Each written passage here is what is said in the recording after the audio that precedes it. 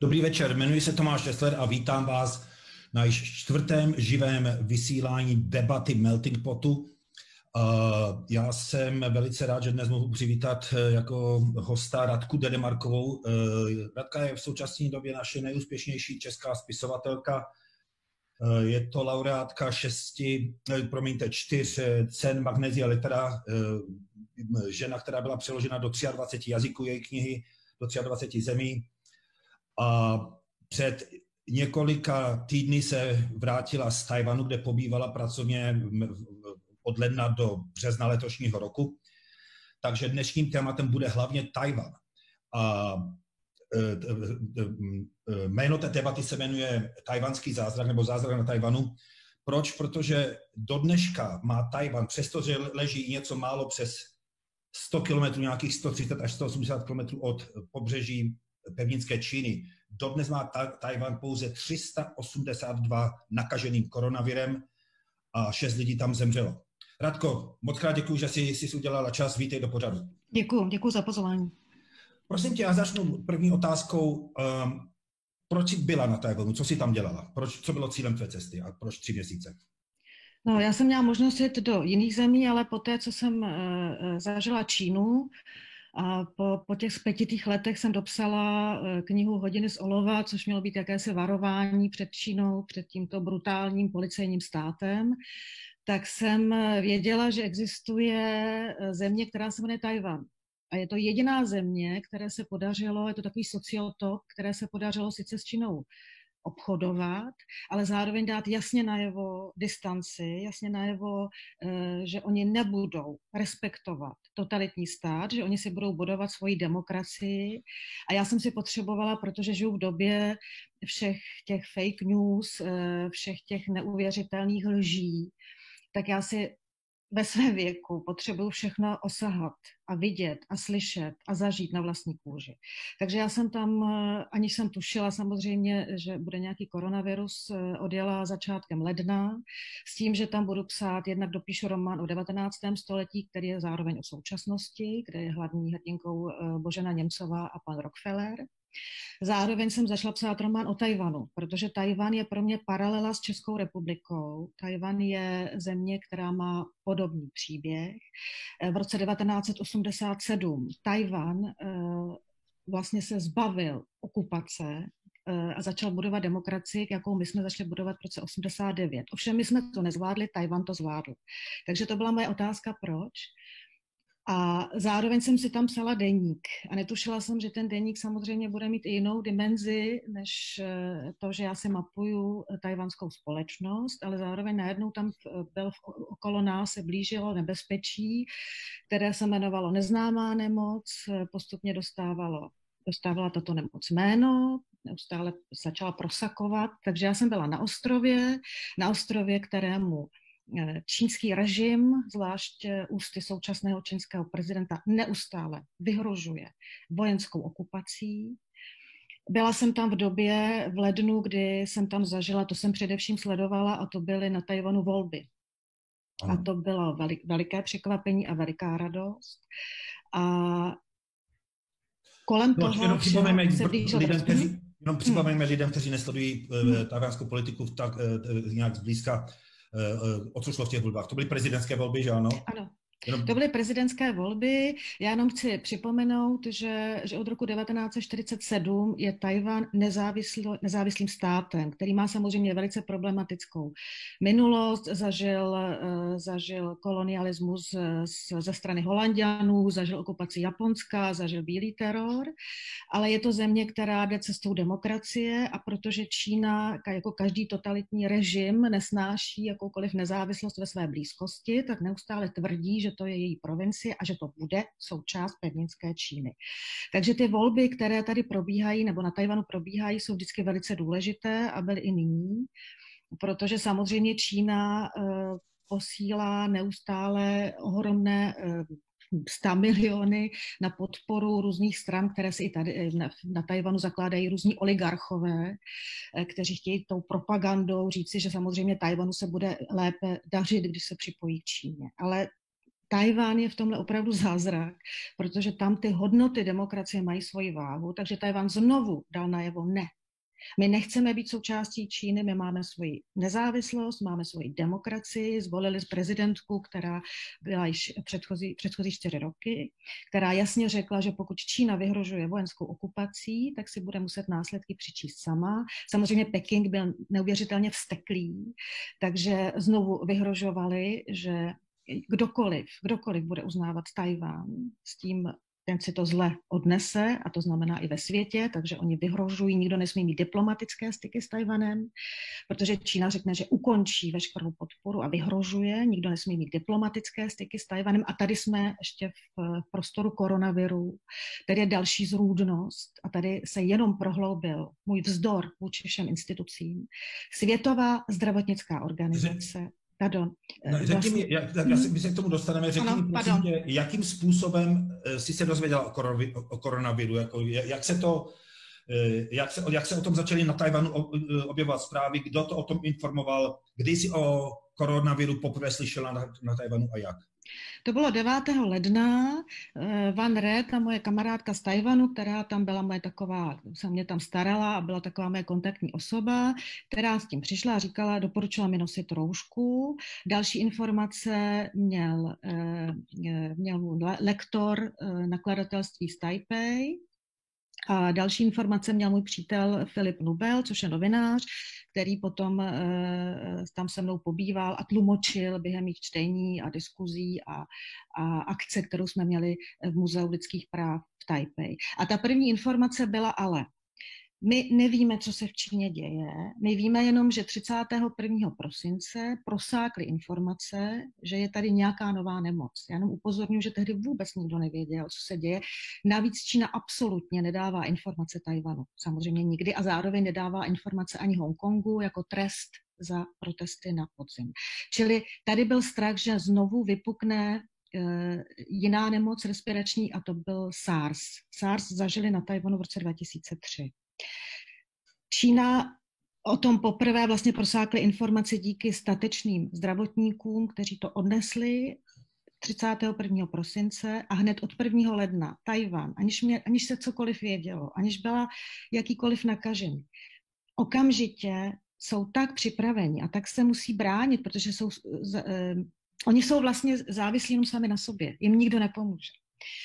Takže ta preventivní opatření byla od počátku a protože se vědělo, že ta nemoc se objevila ve Wuhanu, a to byly takové ty zprávy, je to nová nemoc, lidé dostanou zápal, teď zemřou. Pak byla zase zpráva, je to jenom nemoc, která se dostává, když ten člověk sní netopíří polévku a tak podobně, nebo z hadů. To tak jak postupovalo krok za krokem, ale oni všichni cestující, kteří přiletěli z Wuhanu na Tajván, okamžitě kontrolovali a pokud měl někdo zdravotní problémy nebo horečku, tak měl karanténu, byl doma a zdravotníci ho navštěvovali, protože oni jsou připraveni i na to, podporují poslední 10 léta opravdu zdravotní systém, výzkum, takže oni vlastně každou nemoc i hned kontrolovali na dosavadních, 26 virových onemocnění, včetně SARS a dalších nemocí, aby se preventivně připravili a vlastně od toho 9. ledna, kdy já jsem se o tom dozvěděla, už byly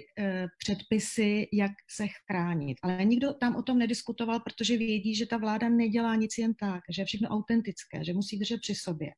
To znamená nevycházet bez roušky, podporovat imunitní systém. Tam je ta čínská medicína samozřejmě velice důležitá, takže pít teplé nápoje nebo nápoje jenom v teplotě těla. Pak už se vědělo, že je nebezpečné pro starší lidi, takže jim i pomáhali, aby nebyla panika, jak si mají kontrolovat prostě dýchání a pokud by měli jakoukoliv pochybnost, zavolat zdravotníky. A okamžitě, tam je takový systém, že okamžitě po celé zemi měli 24 záchytných zdravotnických stanovišť a zároveň byli připraveni u každé školy, by bylo extra stanoviště. A to upozorňuju, že na Tajvanu byl první případ 22. ledna.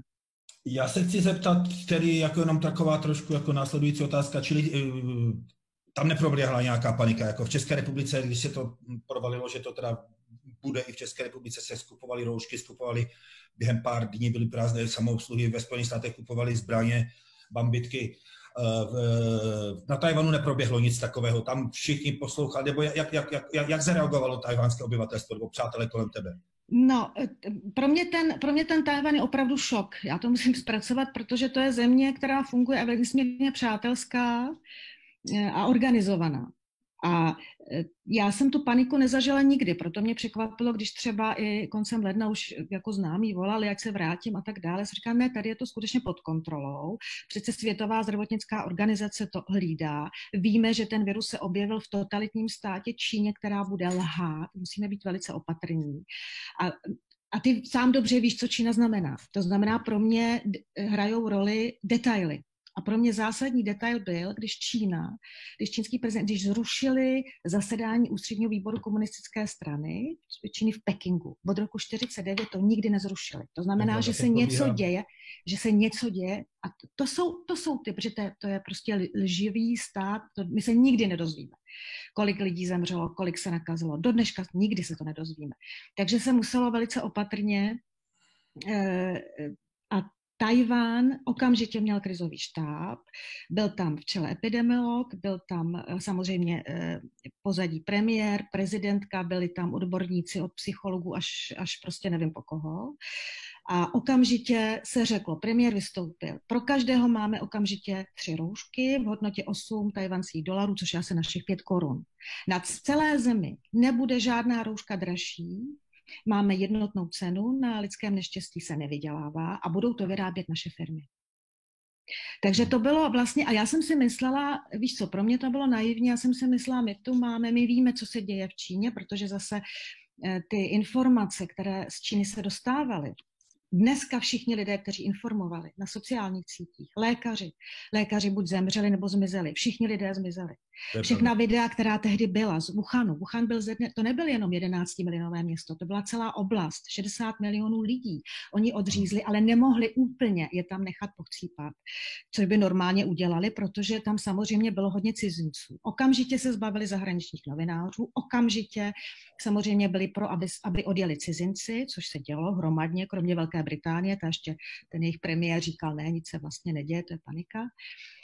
Takže ty zprávy, ale vědělo se, že se musí dít něco strašlivého, takže to ještě pronikaly i zprávy, že vlastně, protože čínská vláda se nejdřív lekla, my víme od dob Černobylu, že něco takového nevíme, co s politickým systémem udělá, ale tady se ukázalo, že buď ten systém se rozloží, anebo se upevní. Tady se upevňuje, protože samozřejmě čínský prezident chtěl ukázat, my jsme to zvládli.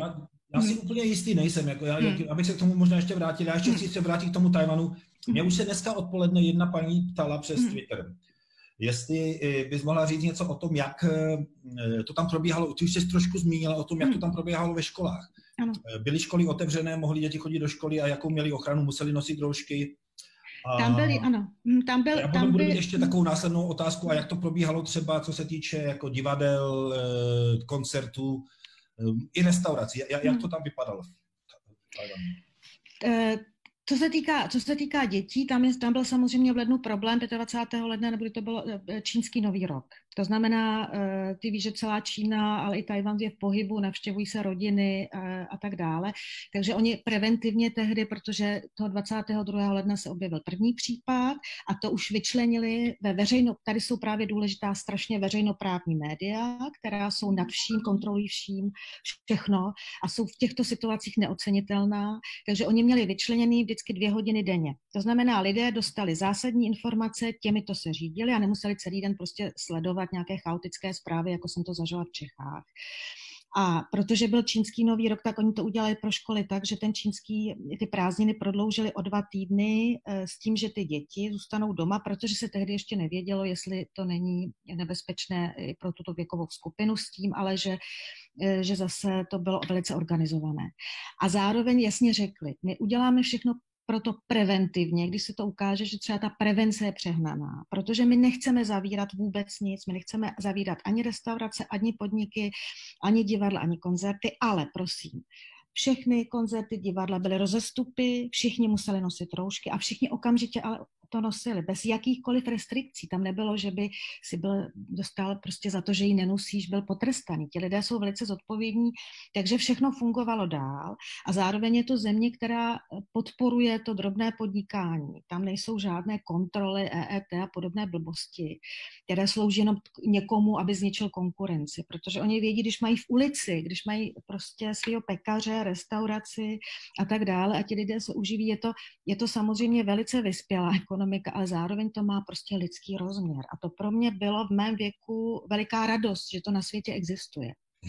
Takže tam byla tato snaha a zároveň ale tam se nikdy nebyla panika, nebyl strach, ale zároveň nikdy přehnaný optimismus, jenom neustále zdůrazňovali, musíme být opatrní, musíme teď prostě solidárně držet při sobě, okamžitě podpořili přesně všechny firmy na Tajvanu, které vyrábějí respirátory, roušky a zároveň nezapomeň, že to je země, která v době, kdy Čína žádala i o humanitární pomoc, kdy ještě tak oni vlastně řekli, my sice bojujeme s tamním politickým systémem, s komunistickou stranou, vláda jedné strany, prostě zrůdnost, ale ti lidé za to nemohou, takže i oni v rámci humanitární pomoci zdarma, aniž by za to čekali nějakou vděčnost, posílali roušky.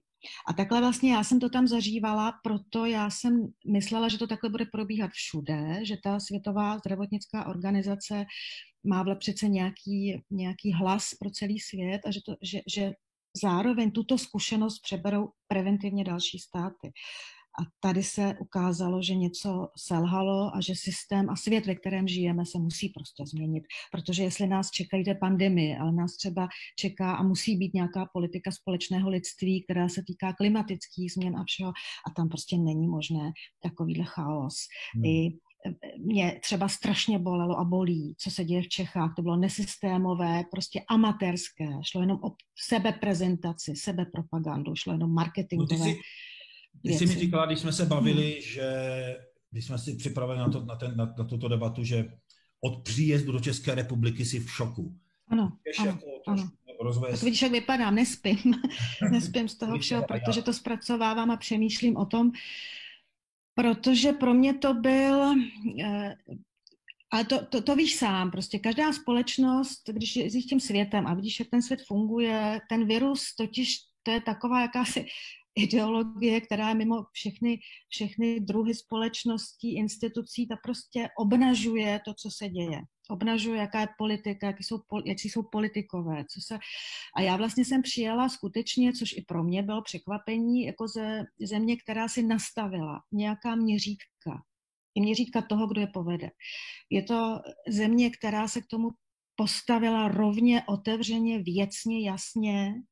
A teď a to je leden. My jsme v lednu, kdy ještě nebylo jasné, o co jde. A teď v březnu se vracím do Evropy, zjišťuju, že mnozí ignorovali to, co se děje. Vlastně už koncem ledna ta Světová zdravotnická organizace dlouho vyčkávala, než řekla, ale my máme tady nějaký krizový stav a než vyhlásila pandemii, to trvalo.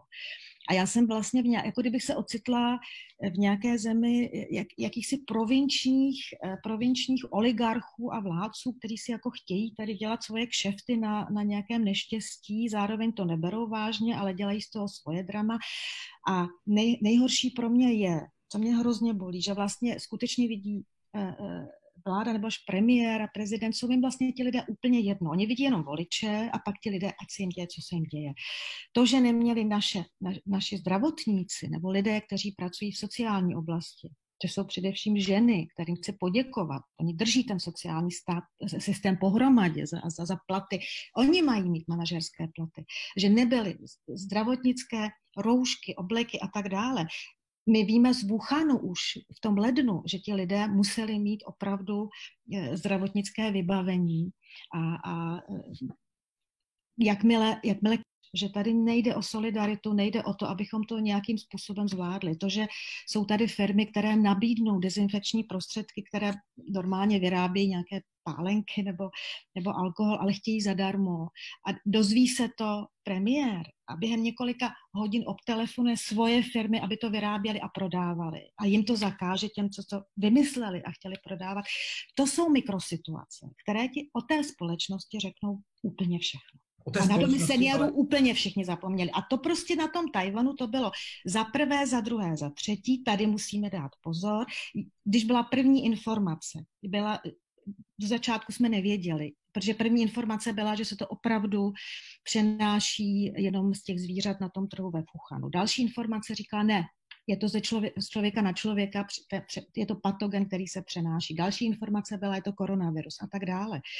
Na tom Tchaj-wanu, víš co, musíš já když jsem si právě pročítala deník před tím naším rozhovorem, to je jako když tě obkličuje nějaké nebezpečí, ono to nemá jméno, ono ti to vlastně ještě ten rozum nebere, protože je to sci-fi. Ty se díváš v lednu, kdy opravdu se nevědělo, jaký to bude mít rozměr, a když se uzavřela ta 60-milionová oblast v rámci Číny, tak prosakovali ta videa. Známí nemohli mluvit, ale chtěli varovat. Oni to uzavřeli způsobem, že ti lidé třeba neměli doma ani jídlo, takže volali o pomoc, nechají nás tady pocípat jako krysy, děje se tohle, my nevíme, co je za nemoc. V té oblasti došlo k tomu, že připadlo 1 milion lidí na jednu nemocnici v oblasti, kde je Wuhan. 1 milion lidí na jednu nemocnici a lidé nevěděli, co je za nemoc, takže samozřejmě se to přenášelo o to víc, když je panika, strach a tak dále. A teď protože Čína, tam prostě je strašlivé to, že se to stalo v Číně. A my víme, víš co, to jsou pořád tisíce diskuzí, jak to, že ebola, která je daleko jako nebezpečnější, se nerozšířila. Protože i když to bylo v Africe, a taky jsou tam skorumpované vlády a tak dále, ale ty informace pro zdravotníky okamžitě byly. To je pravda. A to je prostě důležité na začátku. Jako Čína, ta provinční vláda dala informaci do centra, centrum vyčkávalo a provinční vláda nic nedělala, protože samozřejmě víme, jak to tam chodí. Vědí, když něco uděláš špatně, zmizíš. To je jako, já to jenom chci připomenout, jako jak to funguje, prostě připomenu, jak Čína funguje. Oni prostě tam, ta provinční vláda věděla, že se děje něco vážného, ale oni si netroufnou víc, ani oni potřebují schválení komunistické strany v Pekingu. A to trvalo několik týdnů. A navíc Peking ještě to opožďoval to rozhodnutí.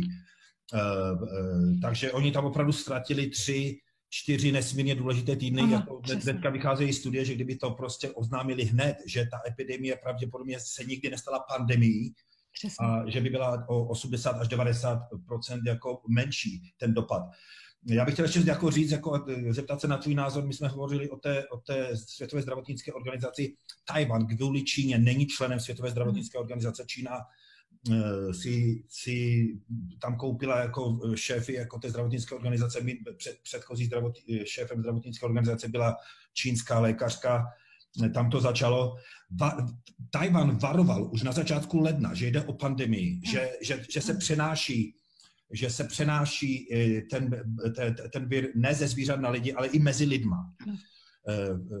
A varoval Světovou zdravotnickou organizaci a nabízel svoje know-how, nabízel svoji expertizu. Světová organizace to ignorovala a papouškovala tu propagandu, kterou dělala Čína. A tím i Světová organizace je nesmírně spolu zodpovědná za to, co se děje. Jak to ti Tchaj-wanci nesou prostě být takhle ostratizování tak důležitou světovou organizací, jako je Světová zdravotnická organizace? Víš co, pro mě ten Tchaj-wan, já jsem samozřejmě ani netušila, že to je takhle fungující společnost a říkám si z jakých důvodů. A když se tam mě osvětlilo, jak oni jsou v tom všem sami, jak kvůli tomu, že Čína se chová jako chce být tou velmocí a protože ví, že žijeme v době, kdy to jde nejlépe přes ten hospodářský tón, že prostě si koupí, že lehce jí to jde v Latinské Americe, v Africe, v Evropě jde trošku hůř, ale našla v centru Evropy zemi, která se jmenuje Česká republika, která má v čele prezidenta a prostě vládu, jaké má, takže se dají taky koupit tou Čínou a je to nějaká prostě propaganda, která funguje. A najednou v tom Tchaj-wanu vidíš, co to je zatím a jaká obrovská odvaha. To je, že oni řeknou, ne, my máme nějaký seberespekt, my víme, co je demokracie, my si vážíme života, ale vážíme si i jako sami sebe. To znamená, pro ně to byl strašlivý šok. Oni vlastně to zažívají neustále, ale nevěděli, že to jde i do organizací, které jsou tady pro lidstvo jako celek. Oni to zažívají samozřejmě u totalitních režimů. Oni je nepřekvapuje, když totalitní režimy samozřejmě chtějí, nebo takové ty skorumpované chtějí s Čínou obchodovat a místo, aby jenom obchodovali, tak poslechnou přesně, co Čína řekne. A Čína řekne, my s váma budeme obchodovat a uděláte za prvé, za druhé, za třetí, a když to neuděláte, bude zle. A ten Tchaj-wan pochopil, že jsou v tom sami. A teď je to otázka, tam je pro mě velice důležitý bod, jak to, že to zvládli. Strašně to stmelilo. Ta Světová zdravotnická organizace je pro ně nesmírné zklamání a bylo. Pro ně to bylo větší zklamání, když se neustále musí dohadovat, když jsou olympijské hry a Čína řekne ne, Tchaj-wan nesmí jít jako zvláštní země a takové další organizace, tak víš, kde všude hrajou dneska ty peníze roli. Ale pro ně ten tón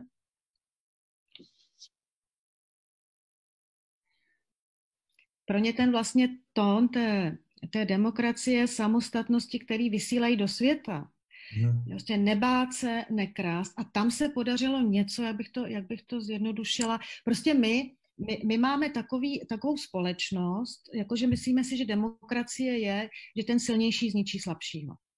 A tam je demokracie, že ten silnější ochrání slabšího. Takže oni tak jako se snaží být soběstační. Ať se to týká ekonomiky, ať se to týká zdravotnictví.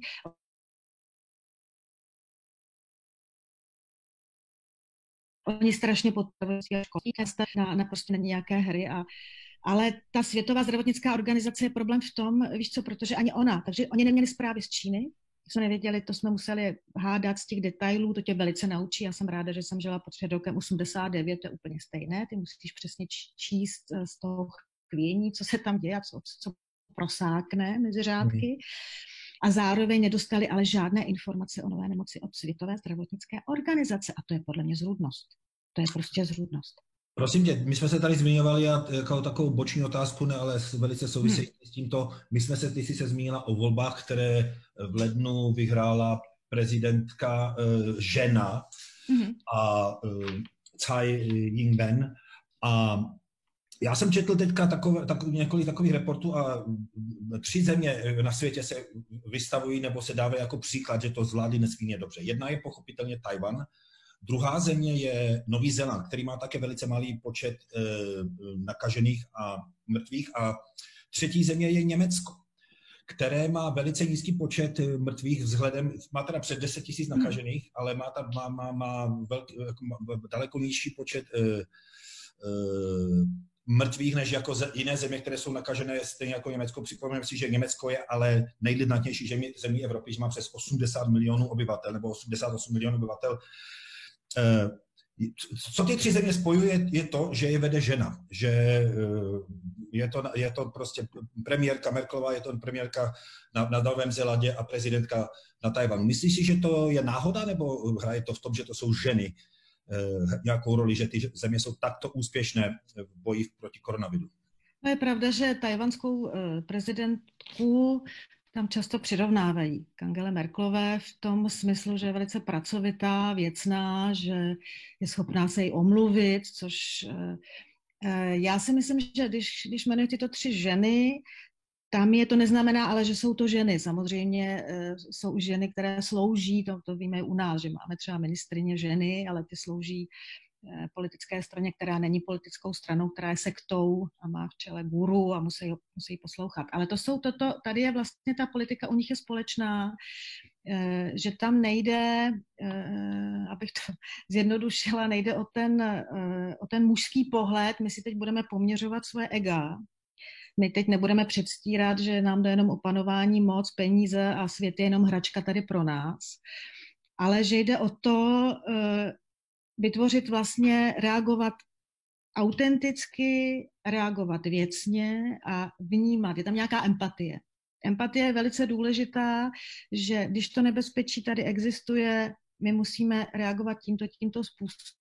způsobem a vůbec se nebojí vytvořit tým odborníků, kterým naslouchají ne proto, aby to potom předávali za svůj názor nebo to využili pro sebe. A není tam pozor. A důležité je, co se ukazuje v každé zemi. Není tam vůbec náznak nějakého totalitního myšlení, není tam, jsou to všechno ženy, které jsou proti rasismu, proti sexismu, proti nacionalismu. Jsou to ženy, které nemají absolutně střet zájmů. To si všechno vyčistili, než šli do funkce. A jsou to ženy, které se nebojí říct jednoduše a jasně svůj názor a stojí si za ním. A mají formát. Já tomu říkám formát, protože tam už cítíš, tam je nějaký základ, který se týká hodnot, které jsou v životě důležité.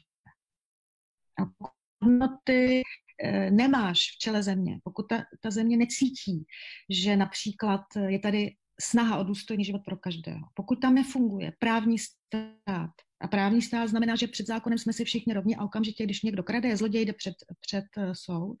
Pokud toto nefunguje, ta společnost je nezralá, zesurový, brutální, je snadná propaganda, ztrácíme osobní svobody a tak dále, což je v Evropě velice rychle vidět už v Maďarsku, v Polsku i u nás. A tyto 3 ženy zároveň nastavují, a k tomu bych přidala ještě slovenskou prezidentku, paní Čaputovou. Tam vidíš, že oni jdou životem a tam není rozdíl mezi tím, jak se chovali předtím, stejně jako ve funkci, jak se chovají. Je tady prostě nějaký zásadní poctivý tón. Ano. A na tom Tajvanu samozřejmě, a ještě jsme zapomněli jednu věc, protože spousta lidí mi říká, ano, ale oni jsou ostrov a tak dále, je to snazší. Já chci jenom říct, že tam je veliká hustota obyvatelstva na Tajvanu. A zároveň Tajvan ví, že kdyby se ta nemoc skutečně prostě rozmohla nebo to neměli pod kontrolou, oni zůstanou na tom ostrově a jim nikdo nepomůže. Takže proto tam byla neuvěřit, proto já jsem neměla vůbec strach na Tajvanu. Já jsem měla pak strach, když jsem se vrátila sem. Z toho chaosu, z té paniky a z těch lží. Já mám řadu otázek ještě, ale je tady teďka velice relevantní otázka nějakého diváka. V jakých částech Tajvanu jsi se pohybovala? Byla to velká města, byly to vesnice venkov, nebo si cestovala? Já jsem bydlela v Tainanu, což je 2milionové město na jihu Tajvanu. Zároveň jsem měla na severu v hlavním městě Taipei diskuze a čtení a samozřejmě jsem ten ostrov procestovala. Ano. Protože ten ostrov je nesmírně zajímavý, i co se týká přírody, kultury, i způsob, jakým oni se vyrovnávají s minulostí a jakým způsobem tam samozřejmě hraje roli spousta detailů a pro mě je právě teď důležité propátrat si, jak bylo, hodiny slova byly varováním toho, co nás může čekat, a už se to děje, tak Tajvan je jakýmsi průzkumnou pro mě oblastí, že to jde. A já potřebuji zjistit, jak to jde a co všechno tady hraje roli, protože v tom se velice v těch i denodenních situacích, v té vlídnosti i dobře žije. I v té organizovanosti, protože ty víš, že to funguje. Možná, že tam je i vliv Japonska, protože takové té organizovanosti, ale je tam zároveň lidská tvář. Prosím tě, já mám další takový dotaz.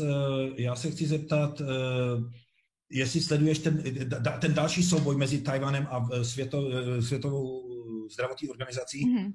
Včera ten jejich šéf Tedros Adhanom řekl, že je terčem organizovaných útoků, rasistických útoků, které jsou organizovány z Tajvanu.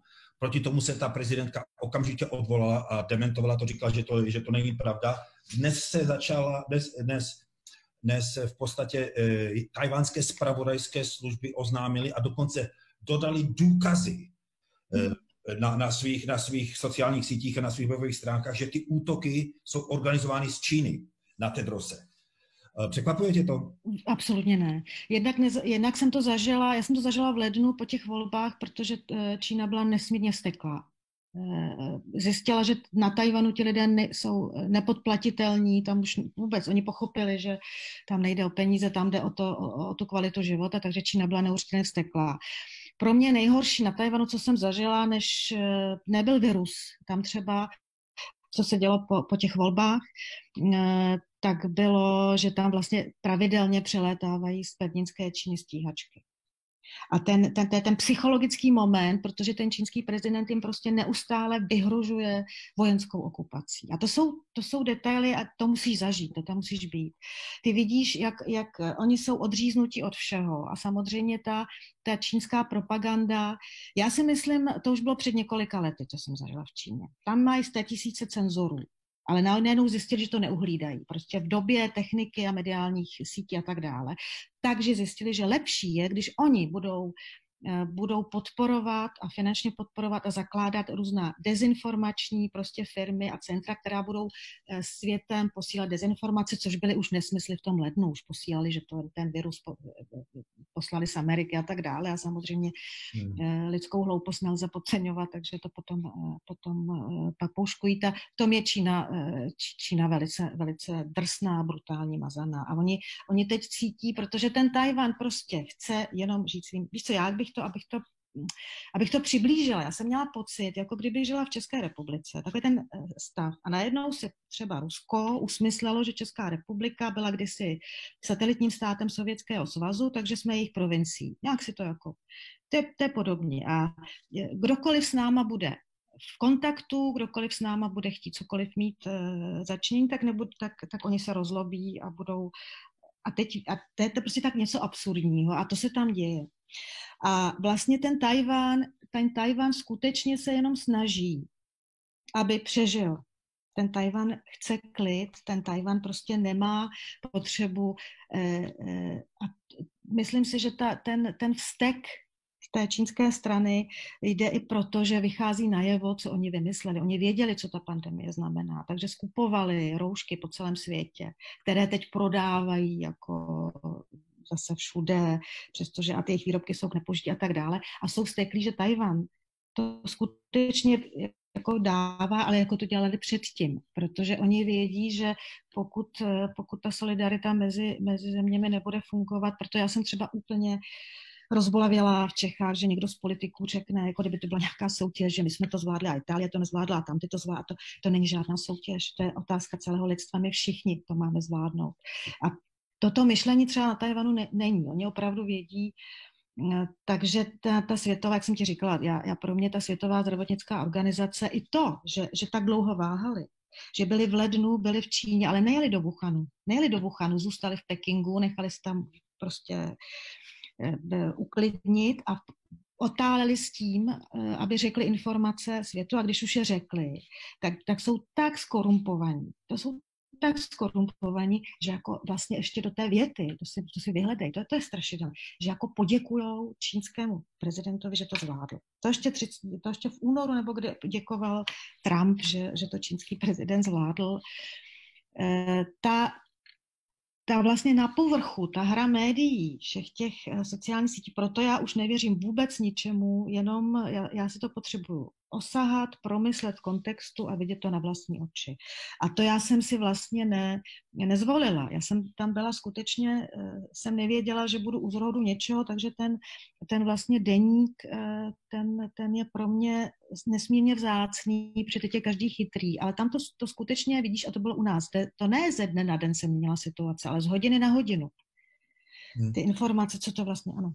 Já to vůbec nechápu, jako já si myslím své o Spojených národech, o podobných organizacích, ať už je to Světová zdravotní organizace nebo třeba UNICEF jako své, ale pořád jsem věřil v jejich opodstatněnost a důležitost. No. Ale tyto kroky, nebo to, co vidíme, jak se chovala hlava Světové zdravotnické organizace, ty organizace naprosto podrývají a veškerým skeptikům prostě v podstatě dávají za pravdu. Já bych chtěl ještě připomenout, že tady nejde jen o tu Světovou zdravotnickou organizaci, ale minulý týden Výbor pro lidská práva Spojených národů jmenoval jako členem tohoto výboru se stal jakýsi Jiang Duan, který bude mít velice důležitou funkci, to je Číňan, aparatčík, komunista, který bude mít velice důležitou funkci, který bude dosazovat lidi, odborníky do lidskoprávních komisí Spojených národů, kteří mají dohlížet na lidská práva původních obyvatel různých zemí. Podívej se, co se děje v Tibetu, podívej se, co se děje v Xinjiangu, kteří mají dohlížet na práva menšin. na světě, dohlíže na svobodu slova a náboženství. To mi připadá jako parodie, to mi připadá jako v podstatě výsměch lidstvu, jako... Víš co, ale ten virus vlastně nás nutí o tom přemýšlet. Ten virus jde světem, ten virus prostě nerozděluje státy, hranice, národnosti, pohlaví, bohatství a tak dále. A ten virus vlastně obnažuje přesně ty slabiny, kde sedí, jak sedí. My prostě víme, že Čína je prostě totalitní stát, který má koncentrační tábory, převýchovné tábory, kde mizí lidé, kde vlastně první lékaři, kteří mluvili o viru, tak museli podepsat prohlášení, že budou mlčet. Ti, kdo na sociálních sítích mluvili o tom, jak to, že ta provinční vláda nejedná, hrozilo jim 7 až 9 let vězení. To je tato země. A tato země je v této funkci, jak říkáš. Ale ono se to děje všude. Když si veme ve střední Evropě, v České republice, kdo je v čele, kdo je ombudsman, co se týká lidských práv, to se může rovnou zrušit. To znamená, něco nezdravého je ve vzduchu a je to pro mě, vlastně ten Tchaj-wan se pro mě stává, zvlášť v době této pandemie, je pro mě takový lakmusový papírek úrovně demokracie v té které zemi, podle toho, jak na Tchaj-wan reaguje. A to je nesmírně zajímavý příběh. Jako tady jako my opravdu jako, já jsem zíral jako překvapením jako a hrůzou prostě, když jsem viděl, co se tady děje, jak se vítalo letadlo z Číny s rouškama a se zdravotním materiálem, který poslali Číňané, který potom mnoho lidí a mnoho lékařů, mnoho institucí kritizovalo jako naprosto druhé jakosti. Zaplatili jsme miliardy a tam na letiště v Gruzii přišla půlka české vlády. A pak se objevilo, ale zároveň jako v ten samý den přistávalo jiné letadlo té samé společnosti China Eastern v Bruselu, kde je vítal zástupce ředitele letiště. Kde se bere ta servilita? Nebo o čem, jak ty si říkáš, že to strhává, že jako... O čem to svědčí jako o naší Ale ono to není nic nového. To prostě sice virus nám nadává, nebo musíme nosit roušky, ale strhává nám masky. A ono se jenom se obnažuje to, co tady už bylo ve vzduchu, to, co roky tady třeba v České republice funguje v zákulisí. To znamená, už to je směrem ze strany prezidenta, ze strany různých podnikatelů, které jsou vlastně, jak to mám říct, nad státem, PPF a podobně, jejich kšefty v Číně. Takže podivná servilita vůči Číně tady byla už předtím. Jako kdybychom přestávali být svébytným suverénním státem, ale my už jsme pomalu satelitní přes hospodářskou, myslím, přes to hospodářské přemýšlení, co se týká Číny. A Čína samozřejmě využila, jako každý totalitní stát to využije, pandemie k tomu, vymysleli si taktiku, kdy to dělá také Rusko samozřejmě, protože oni chtějí, ta mocenská chuť ovládnout všechny je obrovská a vymysleli si propagandu přes takzvanou pomoc. Hrozné je, a to vidíš, Tchaj-wan, nikdo se nemusí bát. Jako pokud je tady nějaký seberespekt a fungující vláda, tady nemusíme prostě lézt do zadku žádné Číně. Tam je strašidelné, že země, která by měla roušky od vlastních firem a výrobců, že tady byla spousta firem a různých, kteří se nabízeli, tak jim najednou stopli, že to vyrábět nebudou, jenom proto, abychom draze koupili. A strašidelná, to máš pocit, já jsem pocit právě, když jsem se vrátila, že jsem v roce 87, když jsem to viděla. Prostě naše vláda děkuje na letišti, co to je, my jsme si koupili ty roušky, to není žádná humanitární pomoc. A to vidíš, my jsme na úrovni Srbska, tam srbský představitel ještě to chtěli, to vlastně byla taky podmínka, to naštěstí naše neudělali, to je úplně jedno, tam zase líbal čínskou vlajku. Takže tady je ve vzduchu i to, že rozumíš, co vlastně ty naše vlády chtějí, to znamená, že si tak jako zalíbí Číně, teď víme, že to je cesta do pekel. A to ještě bylo zajímavé, a to musím teda tady zmínit v tom svém tajvanském příběhu. Já jsem měla nesmírnou radost v lednu, když jsem tam byla, že tam přijede předseda Senátu pan Kubera. A den předtím měl infarkt. A ukázalo se, že dostal z prezidentské kanceláře a od čínského velvyslanectví výhružný dopis. Každý si ho může přečíst, ten byl zveřejněný. Něco tak strašidelného a nestoudného, to jak z dob stalinismu z 50. let. Ten člověk musel být pod strašným tlakem, pod strašným vyhrožováním. Kdybych takovou postavu měla v románu, je to politická vražda. To znamená, my jim rušíme tady čínsko-české kšefty, které jsou kdesi v pozadí. Protože my jsme samozřejmě v té Evropské unii to mají velice těžké. Jediný, kdo jim jako se dá na lep, Itálie s tím svým mafiánským myšlením a tady ti naši prostě oligarchové z divokých 90. let. Já už to říkám, já už to veřejně tvrdím jako měsíců nebo let, že jako ty tady hovoří o zalíbění Číně a já si zaprvé vůbec nemyslím, že prezident Zeman dělá, že zastupuje nebo chrání zájmy České republiky, co se týče ve vztahu Číně. Já si myslím, že jako už to jméno tady padlo, že chrání zájmy jedné velké skupiny, což je PPF a jejího majitele Kellnera. Mě jenom překvapilo, že tam byl, kdo tam byl na tom letišti. A ještě tam, co bylo naprosto neuvěřitelné, jak tam děkovali všichni tomu čínskému velvyslanectví v České republice, o kterém ještě 14 dní předtím se některé strany chtěli, ať je vypovězen. Samozřejmě za to, co se stalo v demokratické zemi, by byl vypovězený. Tuto mikrosituaci z letiště nesmíme nikdy zapomenout. To je moment, kdy se hraje o to, jestli budeme otevřená demokracie, anebo budeme uzavřená zase společnost. Ten čínský velvyslanec to je člověk, který opakovaně lhal českým ministrům, který opakovaně vyhrožoval a najednou je tam premiér a vicepremiér a děkuji mu. To je katastrofa a to je naprosto politický skandál z mého hlediska. Prosím tě, tady mám další pár velice zajímavých dotazů. Někdo se ptá, co byl pro tebe nejhorší překvapení nebo pro návratu do České republiky? Co tě nejvíce negativně překvapilo? A naopak, jestli tě překvapilo něco pozitivně, nebo jestli jsi tady viděla něco pozitivního po návratu?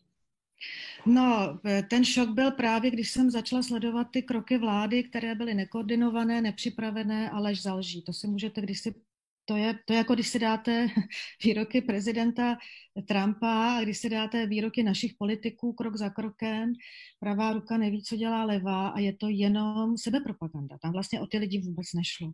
A nebyla připravenost, co se týká zdravotnických materiálů, třeba okamžitě, což bylo na Tajvanu pro takové ty riziková pracoviště, nemocnice, zdravotnická zařízení, všechny ty domy pro staré lidi a tak dále. Ty měly i obléky, respirátory, brýle, všechno, protože ta ochrana, ta prevence je důležitá. A to, že se zakázalo místním firmám z různých důvodů, které se nabízely, že budou vyrábět, ta lež, která šla médií, propagandou krok za krokem, to pro mě bylo nejhorší. A zároveň jako kdyby ti lidé byli spokojení, že se tak děje, protože já jsem po tom Tajvanu měla pocit, že taková vláda musí odstoupit. To přece není možné, že mě vyděsilo, už mě ani neděsí tolik, že třeba minulost premiéra, že byl spolupracovník, nebo ten obrovský střet zájmu, který se ukazuje opravdu. To ne, ale jako v krizových situacích ty lidé selhávají. A co se týká pozitivního, jak se vylupují vlastně ty charaktery a dobré věci a že ty lidé vlastně si řekli, o nás se vláda nepostará, oni se o nás nepostarají, my můžeme, nejsou důležití ani premiér, takže musíme sami, jako to je přesně jako před rokem 89. Něco chybí, tak my to musíme zvládnout sami, takže si budeme šít roušky, tady mám 2 děti, nebo už jsou dospělí, takže jejich kamarádi organizovali různé že pomáhají starým lidem, nosí nákupy, tento druh solidarity. A abych teda řekla něco pozitivního v tom ale jinak jako celkově to nastavení, ta lež, ta strašidelná propaganda a lež. Prosím tě, je tady dotaz, který jestli píše, by se hodil možná na některého politologa, ale dotaz, jestli si myslíš, že příkladný postup tajvanské vlády, že může změnit boj s koronavirovou nákazou, může v pomoci k jejímu opětovnému uznání té země ze strany například Spojených států a jiných zemí, protože Tajvan teďka dokázal celému světu, že je spolehlivým partnerem, že je prostě transparentní demokracií. No já bych si to přála, ale já mám trošku takovou obavu, ono je to vždycky v těch situacích krizových, že v první vlně já mám vždycky pocit, že se najednou ukazuje ta pravda, že jako se ukazuje, kde jsou problémy a že musíme jinak. Ale To je ta naivita. Ale ta realita je často taková, že právě ti lidé, kteří jsou u moci nebo mají to totalitní myšlení, tak najednou vidí, že když je nějaký krizový nouzový stav, oni to mohou zneužít, aby si tu moc ještě upevnili. A samozřejmě v té situaci ekonomické krize a tak dále, to myšlení je už tak jako psychopatické všude, že ty mnozí se nechají koupit tou Čínou. A Čína má v podmínce, že kdo s ní bude, jakýmkoliv způsobem chtít obchodovat nebo být v kontaktu, to je strašidelné, tak musí uznat, že Tajván je součástí pevninské Číny. Oni dokonce vymysleli metodu, taková metoda u všech, to je pořád stejné v dějinách lidstva, metoda cukru a biče. To znamená, oni vymysleli slogan jeden stát, dva systémy. Jako kdyby Tajván, a že oni jako Tajván nechají na pokoji. Tajván přesně ví, co by se stalo, kdyby byli součástí.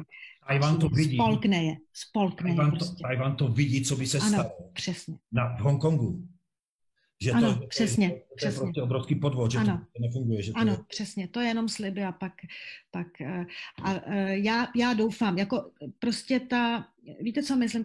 Já věřím tomu, že ta pravda má tuhý život, může být teďka zaházena fake news a lží a tak dále, ale ten Tajvan to nedělal proto, aby ten Tajvan prostě chránil lidi, chrání se před nebezpečím, chrání nějaké hodnoty života. Ono se to těžko, já to musím zpracovat v tom románu, to jsou tisíce mikrosituací, které jsem tam zažila. Je to solidarita, která je důležitá a oni chtějí mít, ale tu solidaritu, oni vědí, že když nebudeme spolupracovat, ale proto já jsem třeba měla radost, zase řeknu jeden detail, který se týká i Čech a Tajvanu, že vlastně v lednu došlo prostě normální spolupráci, podepsaná spolupráce mezi hlavním městem Prahou, hlavním městem Taipei na Tajvanu. A co se stalo? Proč bychom si nemohli mít okamžitě vztek ze strany Číny, neuvěřitelné. Okamžitě reakce, okamžitě vypověděla přátelskou smlouvu s Prahou, město Šanghaj, okamžitě. Prostě něco nestoudného. Ale musím říct, že už tehdy mě potěšilo, že řada takových těch novinářů, kteří vidí pod povrch, tak už říkala, tak my bychom teď měli být ale zase solidární a my bychom mohli vypovědět smlouvy se Šanghaj. Co to je? Co se to děje? Skutečně pro mě Tajván už je nejen místo, kde jsem se cítila té demokracie, že něco takového má smysl. Je to těžké projevit, má to smysl a je to pro mě skutečně nejen země, ostrov, ale je to symbol pro celý svět. Já mám tady ještě, přesně o té tematice, o které teďka hovoříš, mám další dotaz. Někdo se ptá, jak Tajvan vnímá Českou republiku. A jestli lidé zaregistrovali ten spor, zejména, nebo takhle, tu servilitu české vlády a českého prezidenta vůči Číně, ale zároveň například ten spor Prahy, primátora Hřiba s Pekingem a potom to zahájení spolupráce s Taipei. Sledují to lidé na Tajvanu a co na to říkají? Samozřejmě oni to sledují, protože jsou vděční za každou takovouhle přátelskou smlouvu, takže oni věděli Praha a tak dále. Oni nevěděli zákulisí, nevěděli, že oni si mysleli, že se to samozřejmě věděli, že to je Praha, že to podepisoval primátor, ale nevěděli, že to není nastavení celé země, všech politiků. Že to prostě naopak je problém pro pana prezidenta a podnikatele, kteří mají v Číně, kteří jsou skorumpovaní a vystrašení. To jsou všichni ty Horácové, kteří jezdí do Pekingu i v době pandemie. Ale měli velikou radost, oni mají radost vlastně za každý bod, kde někdo uzná. To je prostě absolutně paradoxní stav. My žijeme v 21. století a tohle se děje. Prostě děje se to, že lidé mají strach před nějakou totalitní mocí, proboha. Takže ten Tajvan, když jsem řekla samozřejmě z Evropy, z Prahy, tak věděli. věděli a tu radost mají, ale jsou velice jako věcní v tom smyslu, že to hlavní je, že se musí spoléhat sami na sebe. A jsou velice, velice přátelští vlastně k sobě navzájem, ale i k druhým. Teďka další dotaz, ptá se ten samý člověk, sleduješ zpravodajství ČT a jestli ano, nebo sleduješ, jak se o celém tématu hovoří, zejména ve veřejně právních médiích, ale i v jiných médiích v České republice a jestli si myslíš, že Česká televize zejména je objektivní?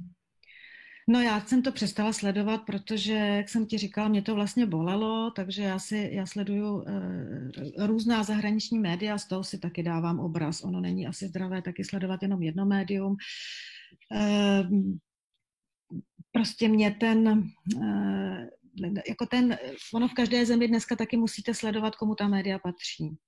Ano. Takže my víme, že Berlusconiho syndrom, to se všichni ty politici, premiéři a tak dále, oligarchové naučili od Berlusconiho, že když chtějí mít svoji propagandu, musí koupit média, noviny a tak dále. Velice důležité jsou veřejnoprávní média, tam myslím se snaží a zvládají to, reagovali, viděla jsem, že je nějaké vysílání v televizi pro děti a tak dále, oni reagují to je přesně, jak se má reagovat. Ale to, že se budu dívat v televizi na to, jak se klaní čínskému velvyslanci za to, že nám přivezli roušky, když navíc prosakovali pro boha všechny ty strašlivé skandály, že Číně jednak skoupili všude roušky, protože věděli, že s nima budou kšeftovat a jednak taky zpracovávali použité roušky. To jsou strašlivé skandály a všem je to jedno. To je prostě hra miliardy v zákulisí. Já si myslím, že to prostě to, co Čína dělala, teďka bude prostě vycházet najevo a v příštích měsících a možná letech. Teď jsem zase četl, že řada těch roušek, které Čína importuje do Evropy, je vyráběna s firmami nebo podniky, které nemají certifikaci, které vyrábějí kapesníky a nejenom prostě začnou vyrábět roušky a ty roušky jako nemají potřebné certifikáty. Prosím tě, další dotaz, který to mě taky zajímá. Co můžeme dělat my tady a teď? A to je důležitý dotaz. Moc za ně děkuju, protože já už jsem taky dlouho tím světem, tak člověk jako se dívá pod poruch a kritizuje, ale důležité je právě, jakým způsobem to zase narovnat, nebo i tou pozitivní cestou. A to právě mi pomáhá ten Tchaj-wan. Jak jsem právě říkala, že co se za těch 30 let u nás stalo, jako kdybychom si dávali další kolečko, jak nějaký kal vyplul a všichni ti oligarchové. Já si myslím, to, co se stalo, já to zjednoduším, to, co se stalo pozitivně za tady u nás, že ti lidé, když vidí, že věří svým pocitům, svým oči a vidí, že musí reagovat sami, že nejsou tady v závěsu nebo závislí na nějakých politicích, že někdo bude rozhodovat za ně. Zase prostě se přihlásit o to své slovo, že ten život máme asi jenom jeden, že máme právo do toho světa vstupovat, nějakým způsobem ho formovat na všech úrovních. A pokud se budeme spojovat, zase budou vznikat různá fóra, nezávislé noviny, pokud budeme mít různé další spolky, lidé si budou propojovat tímto způsobem a ne sedět u propagandy, nevím, premiéru a dalších. A ten život si formovat i ze spoda, když bude zase ta pestrost, ne ta strašlivá, ten pocit, že my už nic neovlivníme, nebo taková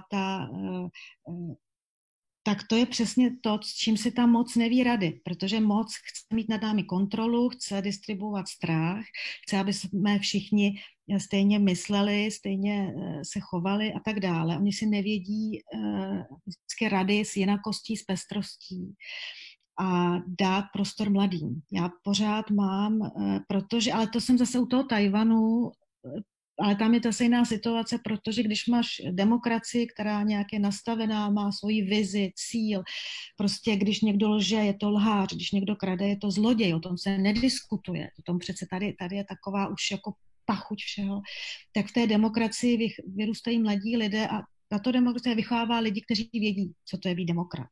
A ti také vstupují do politiky a do další. Takže já pořád mám jakousi naději v mladých a my se pořád točíme, dáváme si, ale to je všude ve východní Evropě, my si dáváme nějaké kolečko, jako kdyby rok 89 nebyl.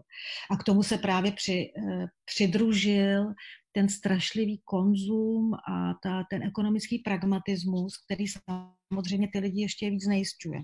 Takže ta frustrace se prohlubuje a tu frustraci dát stranou. Jestliže ten český národ je tak skvělý, že se dokázal vlastně o sebe postarat sám, že nějakým způsobem začal šít roušky, že si navzájem, nevím, vaří se jídlo pro zdravotníky, že mladí lidé se starají o staré lidi, kteří jsou doma sami a nakupují jim a tak dále, tak si to všechno přehodnotit a také se rozmyslet, koho volíme. To, že někdo si umí zaplatit PR, nejdražší PR firmy, že volá čau lidi, ale ve skutečnosti ty lidi jsou mu ale úplně ukradení, tak prostě oči otevřít a nezapomenout, že ta demokracie, že to je otázka boje každý den a že i lidská práva, i ta demokracie začíná ale doma v kuchyni, jak se schováme k sobě a navzájem, jak se propojujeme. A že nejsme, a taky ještě strašně nebezpečný ten nacionalismus.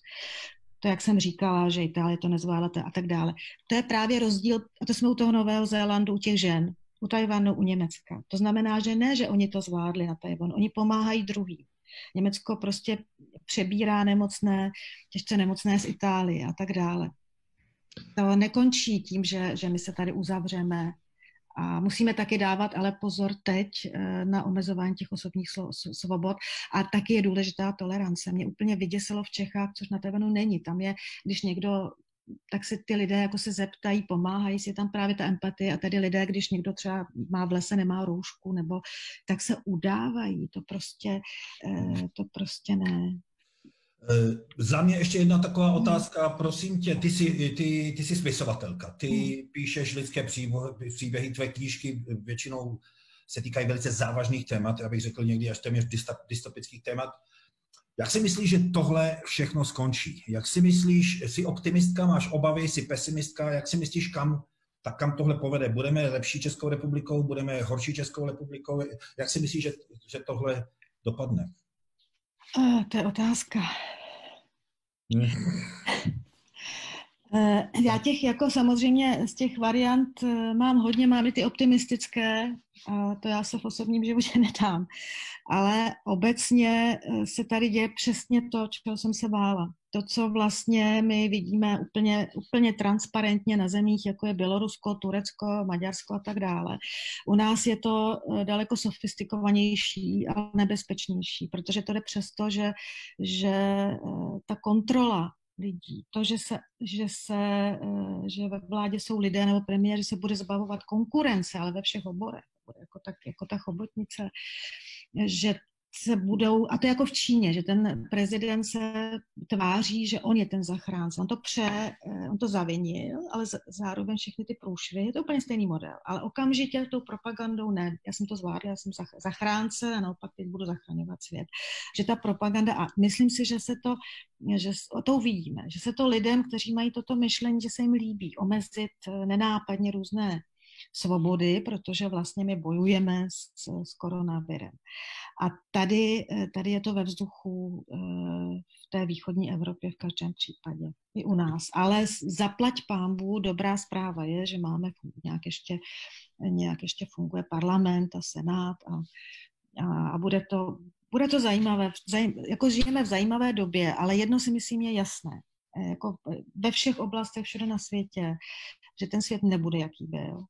Že se to bude měnit a bude se to muset měnit a bude to velice těžké, protože tady dobíhají všechny ty staré smetí a konzervativní. Víc si vem, jak reagovali všechna náboženství světa na koronavirus, protože a tak dále. To mám v tom deníku, to byly strašidelné věci, ale abych se vrátila v těm Čechám, tak prostě musíme dávat pozor. A nepodceňovala bych také lidskou hloupost. Oni velice, ta propaganda prostě funguje, to jsou všechno modely, které vymyslel Goebbels a ty fungují. Bude to hodně záležet na nás všech, že ano? Jaká ta budoucnost bude. Já mám ještě úplně poslední dotaz, který jsem si nechal, už jsem dostal teda před nějakým časem, ale nechal jsem si ho úplně naposled a přečtu ho. Nechce paní Denemarková kandidovat na prezidentku České republiky? Byla bych velmi pyšná. Nestrašte. Já moc děkuju, ale já si myslím, že můj úkol, který není o nic lehčí a mám to celý život, je prostě dívat se té době pod sukni, vždycky být na straně těch, kteří hlas nemají, ať už jsou to oběti různého druhu. A vlastně teď se mi stalo poprvé, že tou obětí je celá země a to je Tchaj-wan. A myslím si, že je můj úkol právě, a to bude takový, ukázat, jak je to možné, že ta demokracie tady se upevňuje směrem, který je hodnotný a má smysl. A to, myslím, je můj velký úkol. Ale člověk nemá nikdy říkat nikdy. Budeš můj mluvčí. Já ti moc krát děkuju. Bohužel nám vypršel čas, bylo to velice zajímavé. Děkuju za otázky. Moc krát děkuju. Přeju ti dobré psaní nebo tvořivé psaní a opatruj se. A já to, co říkám, děkuju. Taky děkuji. Já jsem jenom chtěla říct, aby nezapomněli číst lidi, že kdo čte, ten přemýšlí a toho nemůžou nikdo zmanipulovat. Souhlasím. Já vám všem děkuji za to, že jste se k nám dneska připojili, děkuji vám za dotazy a připomínám, že budeme v těchto debatách pokračovat. 100% budeme mít Radku Dedemarkovou v budoucnosti při nějakých dalších debat. Uvidíme, jak se situace vyvine. Ty debaty probíhají Melting Potu teďka 2 týdny, jedna v úterý a jedna v pátek, takže budeme na sociálních sítích informovat o tom, s kým budou a přesně kdy budou. Ještě jednou děkuji vám za pozornost. Děkuji. Taky děkuji.